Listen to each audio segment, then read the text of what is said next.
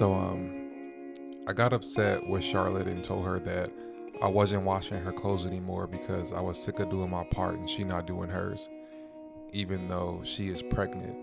And there always seems to be this consistent problem in my marriage about roles and expectations. And it's something I've realized even more in this season, which is frustrating to me because we had an agreement, we had expectations.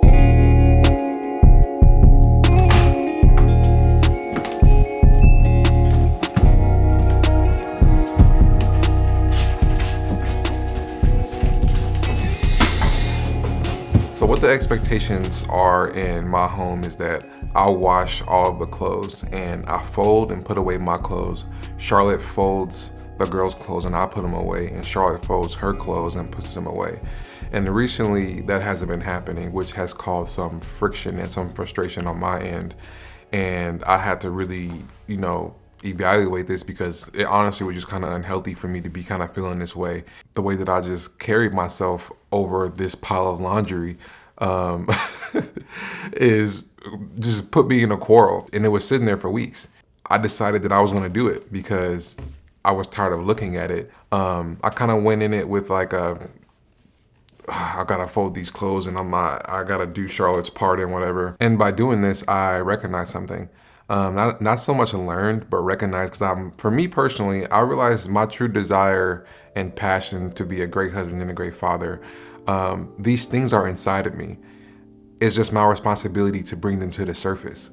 And doing this laundry all the way through, from washing to drying to folding to putting away, these things came up. I knew that, Charlotte is sick and isn't feeling well, but in my mind, it kind of didn't matter because expectations and roles mean a lot to me.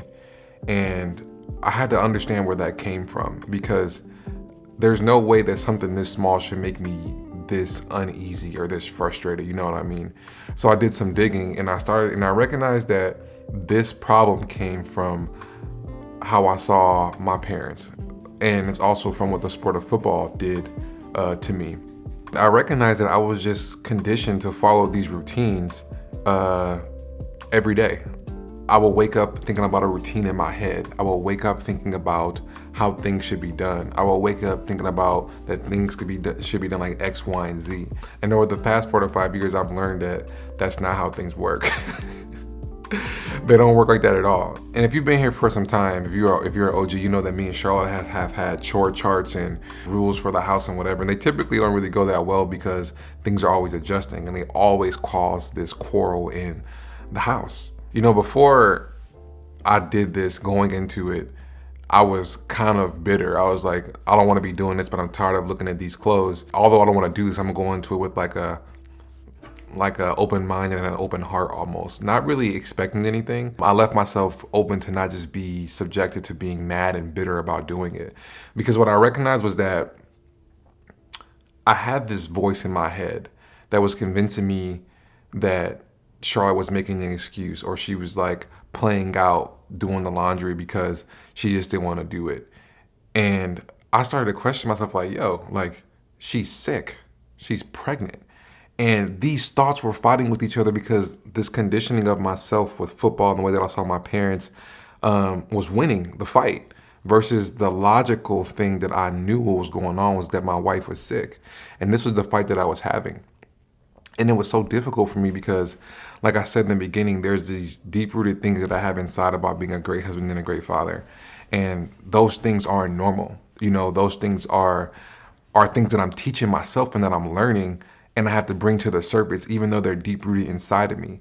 I have to pull out the old roots of how I was conditioned and plant new seeds and let new roots grow. And these thoughts got so bad to the point where I would like look at Charlotte as like weak or lazy, or like all these weird things that just weren't true. You know what I mean? It made me kind of diminish her in a sense of the things that she should and shouldn't be doing, which wasn't fair for her and for me and for my kids.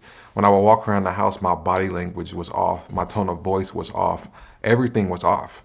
And it was my responsibility to fix it. And I think going into this, not really expecting anything, but leaving myself room to be open for whatever, has brought these realizations to me. And I got to a point where I could think rationally by doing this, by just taking my time.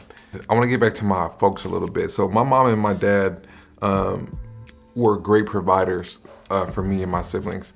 They did everything that they could for us, for making sure that we had what we needed. But when it came to their relationship, it was very like, we raise our kids, we do what we gotta do, and that's it. Wake up, go to school, go to football practice, eat, sleep, go to bed, do something on the weekend as a family. And yeah, it was great, but I never saw them have camaraderie on like how to work things out with each other. You know, when they would make, you know, sacrifices for each other, it was more for us, more so than for them.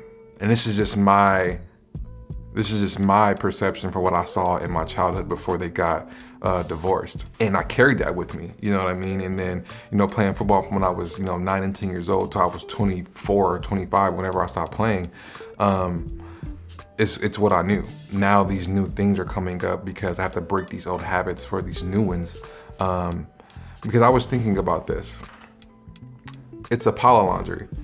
And how many piles of laundry have I had in my life where that same pile of laundry or that can of trash or the dirty dishes or whatever it is, how many times that can put me in a quarrel to where my body language and my tone of voice and everything is off towards my kids. And even Charlotte, and I'll start thinking about like my childhood and walking around my house and seeing my mom and my dad and their tones and their body language based on what they had going on, but I didn't know, but I can feel it. And to think that for me to be that uneasy over something so small and my kids see it and they pick that up without me explaining it to them isn't worth it at all. So why don't I just learn something while doing this and then keep the big things big and the small things small? This is something that I've always said to Charlotte, and I've preached it over and over, but it's something that I don't really live, to be honest, because it's inside of me deep-rootedly, but it's not at the surface, because the big things are always the big things to me, because expectations and roles mean a lot to me. And I'm learning that they have to be adjustable. I'm learning that they have to be able to be maneuvered and moved around and adjusted. And that's okay, because that's what serving really is. That's what leading really is. And that's what I'm learning right now. And I'm learning all this through a pile of laundry, you know what I mean? And I wanna kind of end with this, because this is what I learned when I was putting the clothes away. For me, it's like, what is really the end goal with this? It's not just putting the clothes away. I start thinking about my kids and my daughters, that when it comes to them choosing somebody one day, somebody to marry, I want them to know they want somebody who serves them, not by just providing for them with, you know, whatever the person may have to provide for them. It's about that person making sacrifices when necessary. It's about keeping the big things big and the small things small. It's about leading with love even when it's hard and it doesn't look pretty. That's what matters. That's the end goal. And if I can learn that right now through folding a pile of laundry, to show that to my kids one day, through my actions, through my tone, through my body language, that's all that matters. That's the end goal.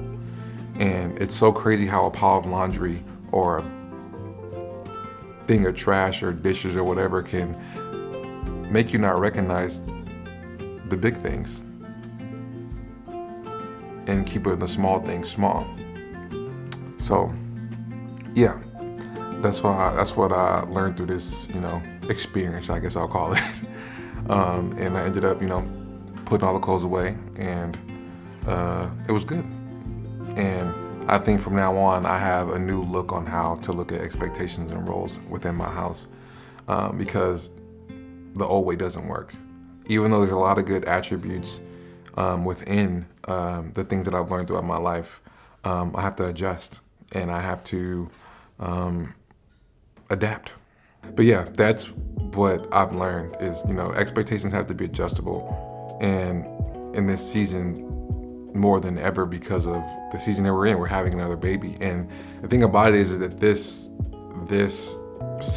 Charlotte being sick is lasting much longer than the other 2 pregnancies, so it's new. It's new for me. Usually it would have stopped by now. So now my threshold and my calluses has to be built more for this season right now. So that's all I got for y'all this week, fam bam. And yeah, I will see you guys on the next one.